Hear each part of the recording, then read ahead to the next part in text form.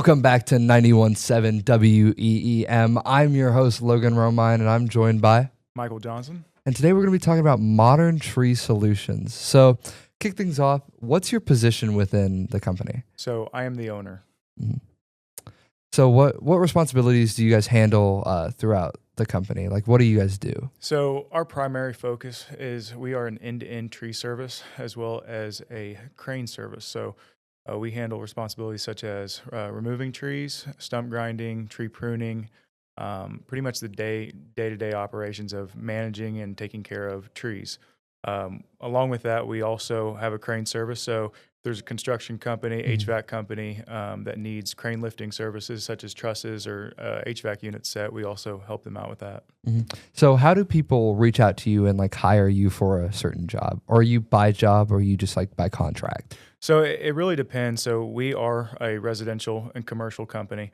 So usually people will call us while they're in their search for getting quotes, and we'll come out, assess the situation and the scope of work, and we will usually move forward with the client at that point. So what size jobs do you usually tackle? Like, do you tackle large scale, like forest issues, or do you just tackle like small scale, like the telephone wires outside?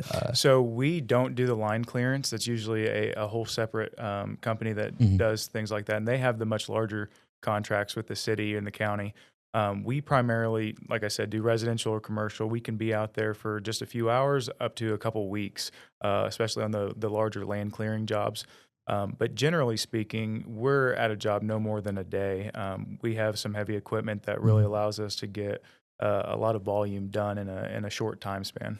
So how do you determine what equipment you're going to need for each job? Like, do you send someone out there first, or do you just go out there and then see what you need? Yeah. So during the estimate time before we go out there and bring any equipment, we'll have an estimator go out there, take a look at the scope of work, such as a large oak removal may require some equipment such as a crane, a bucket truck, chipper, and whereas maybe a bush removal might just require a guy and a trailer and a saw.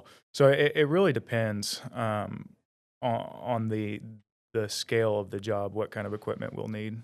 So zooming back out to the scale of the job, what's your process of going about like the large lane clearing jobs? Like from start to finish, how does that go about?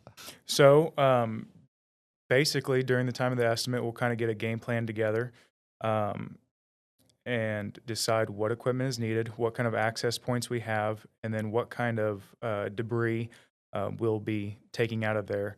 Another big factor in our industry is the risk that's involved, especially when you're felling trees or doing hazardous removals over homes and that nature. So once we get an estimator on site and can actually put eyes there, that's how we'll determine what course of action we'll take to complete the scope of work. So how do you handle those hazardous jobs? Like, let's say a client needed a tree removed that's hanging over their house or is close to falling on their house. How would you handle that type of job? Yeah, so at Modern Tree Solutions, we have certified operators that will operate the crane. We have bucket operators that primarily cut inside of the bucket.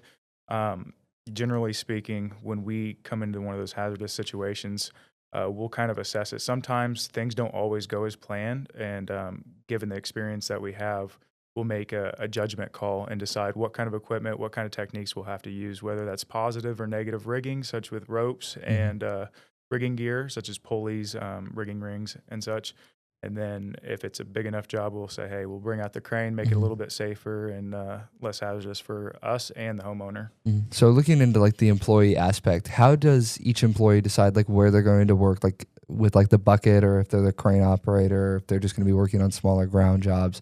How do you determine that, and how would you go about like choosing what you would want to specialize in? Yeah, so the estimator would decide that. When he gets on site, he'll go there, look at the scope, and realize, hey, we need a bucket truck. The stump is also getting ground, so we'll need a stump grinder there. Obviously, a machine to load the material.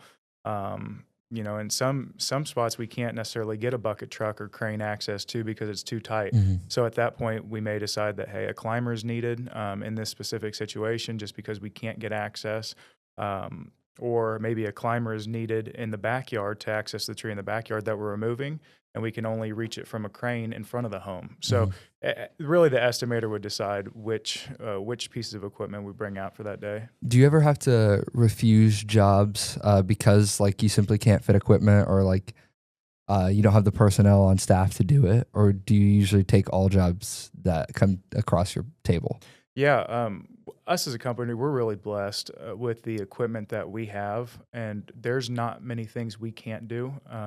That being said, if we can't do it with the equipment we have enough colleagues inside of our industry that we can reach out to them and ask Mhm. if they can assist us on such jobs. But 99% of the jobs we can do with our own equipment. And I don't think we've come across a job in the last few years that we couldn't handle, especially getting assistance from one of our Mhm. colleagues. So zooming out into, let's say, a more company-wide thing, what goals do you have for the company going forward in like the next year or so? Yeah, so I'm really excited about this. We just purchased some property, a good amount of space for Modern Tree Solutions. We want to get into the green waste facility, become a green waste facility, Mhm. so that we can process the materials that we naturally bring in, such as logs, chips, brush, and recycle that into a product that everyday homeowners and landscape companies use, such as mulch. Mhm. Right now, we are probably the county's largest firewood distributor.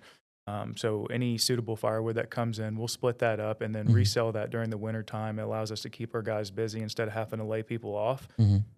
But another aspect of that is we remove so much debris as far as brush goes and turn it into chips. It's almost a waste for us not to get into that space.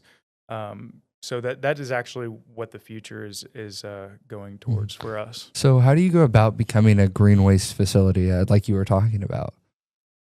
A lot of hoops you got to jump through.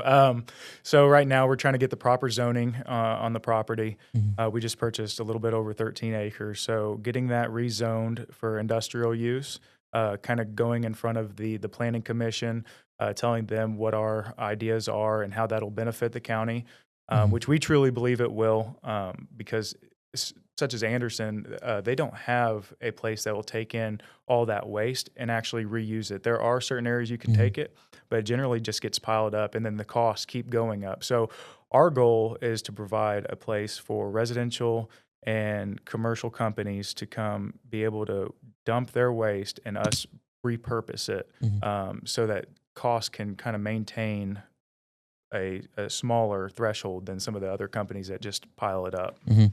So we're gonna move on to a little bit of some fun questions here. Okay. You have a favorite type of tree? Yeah, I got a couple. So in terms of like the large scale trees, Mhm. I'd have to say a white oak, Yeah. and the reason being is the wood is awesome. It's highly valuable. It gets repurposed to high value furniture, Mhm. and the spread of the canopy is so beautiful. I don't know how to explain it. It's one of my Mhm. favorite trees for sure. I think I'd have to go with like a cherry tree, or there's one type of wood. It's like purple heart. Is that what it's called? It's like a purplish wood. I'm not sure exactly what it's called, but it's like Okay. a pretty like expensive wood. But I've seen it used in. I play guitar, so hmm I've seen it used in some guitars that I think just look really awesome. Okay. Yeah. Another one that I really like is the magnolia Oh trees. yeah. So there's just something about pruning a magnolia tree, especially when I get up in there and the finished result, it Mhm. always looks good. Yeah. I don't know, unless a previous company came and hacked on it too much. I mean, generally speaking, we go in there and I've never been dissatisfied with one of our Mhm. trims. So I think one of my favorite my other favorite trees is like a weeping willow. I think I really like those because we Okay. used to have one out by my cousin's house. Yeah. So we'd see it all the time during like the fall and the winter and stuff. I think it's just a really pretty tree. I agree when they're healthy. Yeah. We've recently seen a whole lot of willow trees, the weeping willow trees, that have been dying out. And I'm not saying that's because of invasive species or anything. I just, generally speaking, when we come out to trim on one of those trees, Mhm. because a lot of the aesthetic appeal for those willow trees is the beauty of all those branches, like going Mhm. all the way down to the ground. So many people don't even get those pruned for maintaining its health. But Mhm. usually, when we come out to cut on one, it's for a removal because it has excess Mhm. or decay inside of the canopy. So, All right. So moving on to another fun question. What's the wildest thing you've had happen on a job? uh, I don't know if I should say it or not. We've been in some tough situations. So our company involves itself in a 24-hour emergency service, right? So day or night, rain or shine, we'll come out there and service our clients for emergencies, such as a tree on a home. But along with that, especially this year, where we had the high winds, the tornadoes that came through Anderson, we were very busy. So that first shift was 22 hours, and we're not a huge company either. Like we're 5 to 7 employees. So 22 hours and then off about 5 and then back to 18 hours. And, sometimes things get overlooked easier when guys are pushed to those limits, but we do care as a company. I know my employees care, and it's one of those services that is necessary, to have, because oftentimes the people that have those trees on their homes have nowhere to go. One of the craziest situations I've seen, to answer your question, was we came out to an emergency service. A large oak tree uprooted, fell onto the client's home. Her son was laying in bed when it happened, and one of the branches from the oak tree speared into the roof and into the bed, and him and his dog were on that bed, and it missed him. Didn't put a scratch on anyone, but it was inches away from spearing into the son. That is a close call. Man, it seriously was. Yes. So that was probably the craziest thing we've seen, as far as that goes. Yeah. So wrapping things up here, do you have any way, how do people contact you or hire you for your services? Yeah, so you can look us up on our website at www.moderntreesolutions.com. You can also give us a call. Our phone number is 765-374-8698.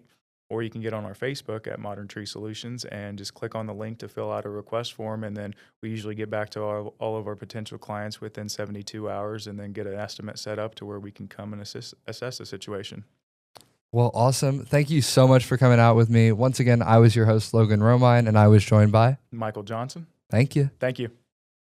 I really wish I could listen to 91.7 WEEM right now, but I'm not in my car. Don't worry, we have an app. Download 91.7 WEEM on Android and iOS. All you need to do is go to the App Store, type in the search 91.7 WEEM, and then hit download. It's free. Now you can listen to the best hits on your phone.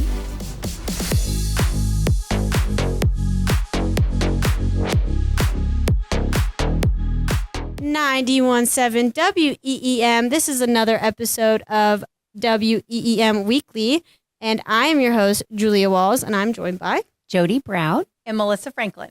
And I'm interviewing them for the Middle School's Drama Club. My first question is, what is Drama Club? Well, I'll take this one.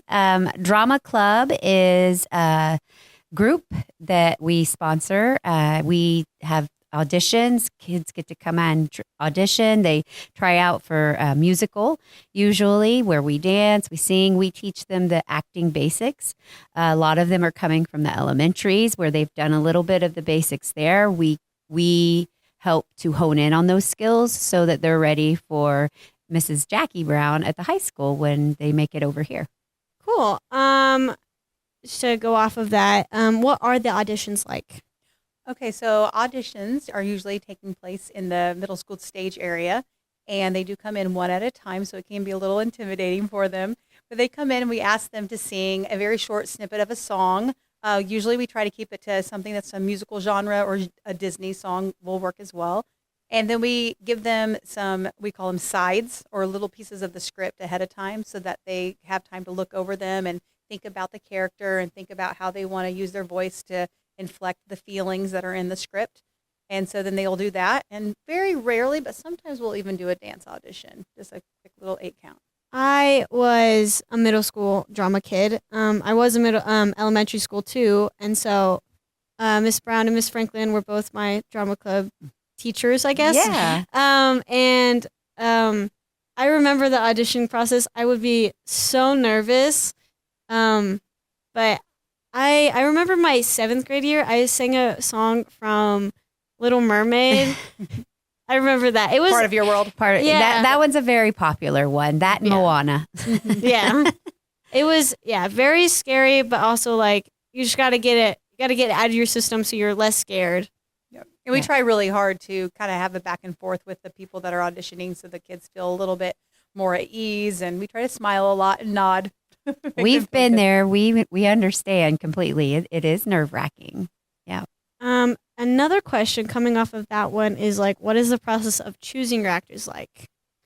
That's our favorite day of the year. It's our non-favorite. and non-favorite day of the year. Yeah, we like what we do. We have a very good tradition of how we handle it, but it's definitely bittersweet. Mm-hmm. So, I honestly, we're very lucky in the fact that we're usually really on the same page. We have a scoring process. They come in, they audition, they get a score for their reading, they get a score for their singing, and then they get a score for their like performance. And we kind of then sort them into, this person probably be best in ensemble. This person could have a lead or some lines, and then we go from there. Honestly, you would think that trying to figure out who the main parts are going to be is the hardest part.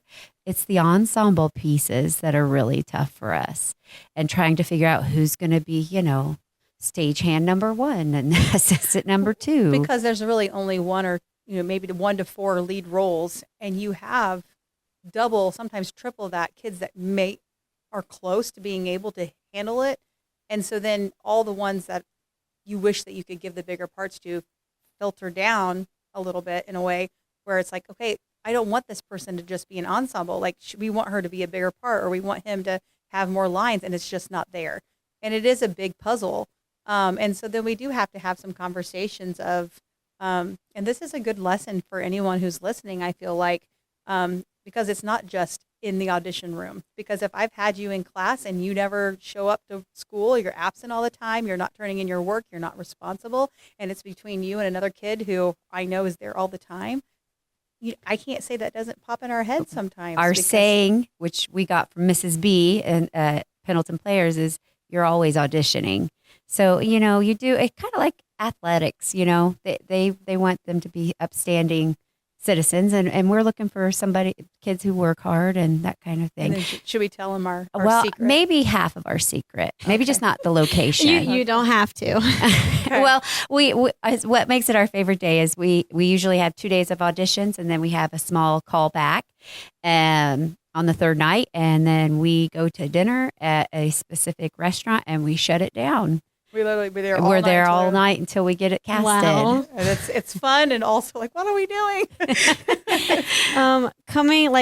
I haven't done any musicals at the high school in my freshman year, not this year. I'm really busy with other stuff like swimming and marching band. But in middle school, I was always in ensemble, which I don't know. I don't know if I would be unhappy or happy about it. I think I was mostly just happy to get in the play. And so hearing this, like the background of like, it's harder to choose the ensemble and it's really hard to choose everyone. I think that kind of like puts me at a little bit at ease with like, I don't know. I was always happy to be in the play, but always felt like I could do a little more. Oh, absolutely. We get that. I mean, we have always said your ensemble can make or break your show. It will break the show if it's not strong. If it's 100%. So we take the ensemble very seriously as their own character almost. And secretly, it's kind of the most fun because it's the least pressure. It's no pressure, and you just get to have fun playing with kids. Because you asked what drama club is. That is what drama club is. It is getting beyond those boundaries of what everybody thinks or who you have to be. And what you get to throw off all of that. Because at that moment, you're not Julia anymore. You are whoever your character is, right? And so you get to have fun and play like when you're a kid and no one judges you for it. And that's what we really want to welcome is just accepting each other for our differences. We'll have athletes and we'll have band kids and we'll have, the really smart kids. And then we'll have, kids that are, struggle or whatever. Yeah, but when they're at drama club rehearsal, they're love family. They literally are. They love each other. It's great. So don't ever be discouraged if you get ensemble because it's a hard job. It's a hard task for us to do, but ensemble is important to us. Redirecting. What is your favorite thing to work on during rehearsals? I remember in middle school, I think you two would work on different things, which I think is a good dynamic, having two directors and then they work on separate things. But then also for the main rehearsal, I mean, you like tell people what to do, obviously, but like, so one, what is your favorite thing to do in rehearsal? And then two, what do you each of you do? Okay. Well, it's a little bit of background. So when we started at East Elementary, she was the main drama director. And I just kind of came in and said, I really want to help. I love musicals. I love singing. I love dancing. Like, so that's my niche. I love the singing. I love the dancing. I feel like that's where I shine. No, that is her strength, is the singing and dancing. I can do those things, and I did for a really long time, but she's kind of just taken on the role of, since being at the middle school, of doing the choreography, most of it. A lot of times we would try to have to find time so we could get together and choreograph. So she's just kind of taken that on. And she plays the piano. I don't. So she takes on the music most of the time.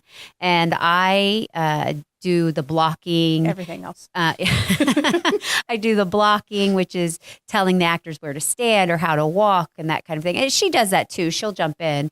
And then I do a lot of the tech stuff as well, costumes and props and that kind of thing. Which is huge. Yeah. It is way bigger. It's all that behind the scenes stuff that people don't really think about, but it takes way more time than what people see. Going off the tech, how do you train your kids in the tech department? That's a good question. That's a place where we're a little green. It wasn't till we were at the middle school. We've been at the middle school 4 or 5 years now, that we started using a tech. We didn't use them in the elementary because it's too many students to try to corral and give a job. But in the middle school, we wait till we're about a month out of the show, and then we have a call out, and the kids that are interested, they have to get a couple of letters of recommendation from teachers, and they apply, and we choose from there. Usually we can almost choose everybody because there's not that many, and we just find out what they're interested in doing, and sometimes they'll make props, sometimes they'll be the prop master, sometimes they'll run tech, and then the high school tech students take them under their wing when we get here for the week of the show, and they learn from them as well. Like a shadow experience. How long does it generally take to make a production? Well, I guess it would depend on, for us, we have the blessing of being able to kind of decide our own schedule and how long we want to take. But typically 8 3 weeks. months, 2 to 3 months, depending on when we want to start. We've I think our longest was Frozen, and we started in the summer. That was a 6 month. That was a big one. But we can knock it out in 2 if we need to. Yeah. I know that some of the high school productions, like SpongeBob last year, I went to watch it because one of my friends was in the play, and it was very long. So do you ever try to like make your plays and musicals like a certain amount of time? That's a great question. Well, we're not allowed to really cut or add anything to shows by copyright. So you have to shave your time off on the tech part. You have to shave it off on how the set pieces get on and off and your actors and this, that, and the other. We usually choose junior shows, and those are an hour. So we don't feel like our shows drag on too long because we choose the shows that are written a little bit more for our age group than for high schoolers. If they're a legit full-on show, which is mostly what the high school does, as they should, they can last a little longer. So, have you ever thought about doing any plays? Because I know at the high school, isn't there like one that's over the summer? Isn't that a play, and then the other two are musicals? Yeah, this year they had to. They're moving the straight play to the winter, but yes, it's a straight play, and that gives opportunities for students who are not fantastic singers but are fantastic actors to shine a little bit because of the musicals being the other ones. So yeah. It's not that we're against doing the plays. We love plays. Probably Jody a little bit more than me. You probably know more No, than I want music. I see. I'm a musical theater lover, so that's kind of where we go with that. And so we do the musical in the fall, And to be just completely transparent, we're kind of tired by the end of all that. And so we have played around with the idea of doing something small, like a play or a smaller musical in the spring, and we just never can get our motivation. A big part of that is because we don't want to disappoint so many students, because if they were in the show, in the musical, there's about 45, 50 of them, and play, we would you're only looking be at able half to that. maybe keep 10 for a play, and there's no ensemble usually. So a big part of that is just trying to not hurt feelings and upset kids, discourage them. My last question is, what advice would you give to an aspiring actor or actress? Auditioning is where you've got to learn how to audition. Yeah, you have to do the research of the show, because it does matter what show you're doing and what song you sing or what you do, the actor that you do for that specific audition. And I think my biggest thing would be, I say this to my kids all the time, my personal kids at home, the sooner you can let go of caring what the audience thinks about you, the better. Because if you can get up there and really just be the character and not feel silly and not feel stupid doing something that seems silly, then that's about the time you'll get the part. That's Yeah. Well, And my I would biggest also say it's important to know the box that you fit in too. Yes. I'm not ever going to play, Elle Woods, Legally Blonde. That's not just never, no matter how good of an actress I could be. Or a singer. Like, probably, Yeah. I mean, like, it's just, You just know the box you fit in. I mean, and it doesn't mean you can't step outside the box a little bit. That's fun, but yeah. Well, unfortunately, that is all the time we have for this episode of WEEM Weekly. Thank you, Mrs. Brown and Mrs. Franklin, for coming here and talking with me. But we'll see you guys in the next episode. Thank you, underwriters. Thank you, underwriters. Thank you, underwriters. Thank you, underwriters. Thank you, underwriters. Thank you, underwriters. Thank you, underwriters. Thank you, underwriters. Thank you, underwriters. Thank you, underwriters. Thank you, underwriters. Thank you, underwriters. Thank you, underwriters. Thank you, underwriters. Thank you, underwriters. Thank you, underwriters. Thank you, underwriters. Thank you, underwriters. Thank you, underwriters.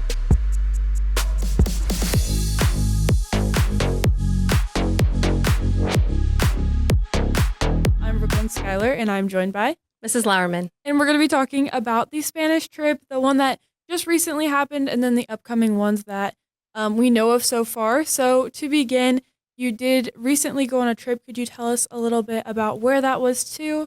And we'll start there. Absolutely. So back in June, I took 10 students to Costa Rica. We flew into San Jose, which is the capital, and then we traveled all over the country. We went up into the mountains, into the cloud forests. We were on the beach. We went ziplining, saw all kinds of animals in the forest, and it was just a lot of fun. Yeah, I have a lot of friends that are in the Spanish class, and I got to see kind of like all the places that they went as they posted, and it was gorgeous, some of the places. How hard is it to kind of decide where you're going to go, especially when there is so many options and so many things to see? How do you? Yeah, so there are 21 Spanish-speaking countries. One is in Africa. It's really small, so I probably won't make it there. Mhm. And I haven't been to Puerto Rico, although I would love to take students to Puerto Rico, but that's a whole different division of the company that I work with because it's actually a U.S. territory. So Yeah. I would have to work with the domestic group. I do Spain a lot. I've done that many times because obviously that's where the language comes from. And so usually I like to do a Spanish tour and then a tour to like Central or South America and then back to Spain and then Central or South America. So since I came here in 2019, I think I've led 3 tours, but I have 2 additional ones planned. A few to Spain, and then we've done Peru, and then we just did Costa Rica, and then we will be going to Ecuador and the Galapagos in 2027. So what I like to do is just try to mix it up in the region of places that I feel would be most interesting to my students, have a lot of adventure, a lot of fun, and then also a place that people will feel safe going. Mm-hmm. So is this available for all students that take Spanish? Is it for the upper classes only? What does that look like? No, it's available to anybody who takes Spanish. I don't typically promote at the middle school, even though I know that there are students who take it. The only reason for that is just because typically then by the time they would go on tour, they'd be at like the end of their freshman year. I do prefer for the students to have a little bit more, Spanish 3, 4, or 5 language under their belt, just because I do want them to be practicing the language on these tours. But they don't have to. I mean, I've had plenty of students go at the end of Spanish 2, totally fine. Our tour guides and everything is done in English. I just want them to get the most out of the experience of being in a country that speaks Spanish so that they can practice. But yeah, anybody is available to come or invited to join us.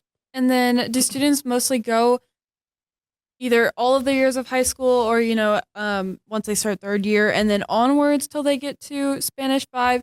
Do you feel like most people return to your trips, or do you feel it's new people every time? It's mainly new people because they are expensive, right? You are traveling internationally, and almost everything is included in the cost of the trip, which is why I like the company that I deal with, because there is a lot that goes into these tours of the transportation and the logistics of where everybody's going to stay and eat.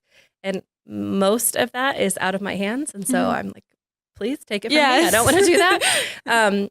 So it is expensive, but that's why I plan them a year to a year and a half out, because then people can have time to pay on it if they want. But I have had a number of people either be repeat travelers. I have a student who just went to Costa Rica that's going to be going to Spain. I had a student who went to Costa Rica who went to the previous Spain tour. And I've had a lot of siblings. So a lot of, younger siblings of students who went on previous tours who, their siblings and their parents thought it was worth that investment to go on a tour. I think my little brother is in Spanish. I should probably know that considering he's my little brother, but I'm pretty sure he is. And I know he's been talking about this trip a lot. And I think he's really excited. I don't know if he's going to end up going, just kind of like fear of, being off on your own, which I'm sure a lot of students kind of feel. But how do you kind of promote such a big trip, especially it is over the summer? What are some of like the perks, I guess, of going, as well as kind of ways to ease some of the anxieties people might have about it? Yeah.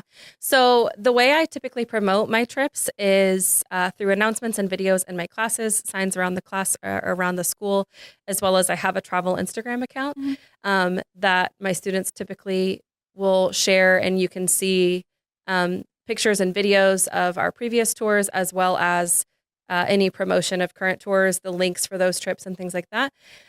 Word of mouth is great. I typically always have videos and little blurbs or testimonials of students who have gone on tours before, or from their parents even, who explain why it was such an impactful trip for them.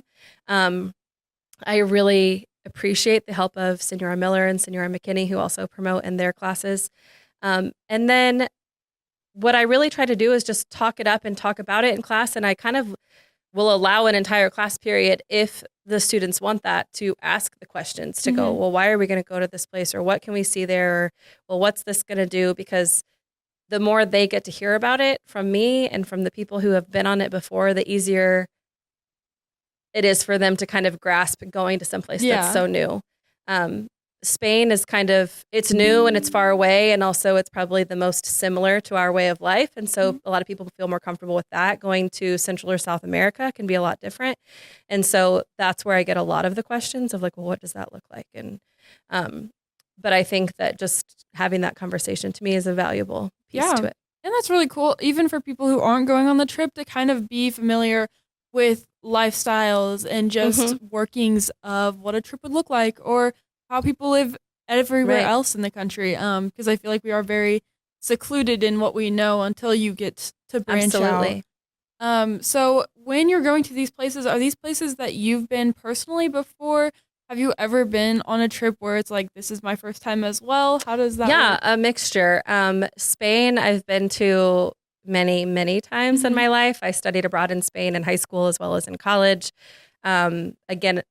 Again, as an adult, as a teacher. And then I've taken probably 5 or 6 tours to Spain with students. And it's rare that I go on a trip there that we go to a place I've never been before, just because I've done a lot of my own traveling. But I love that because it allows me to kind of offer my piece and my heart into that trip.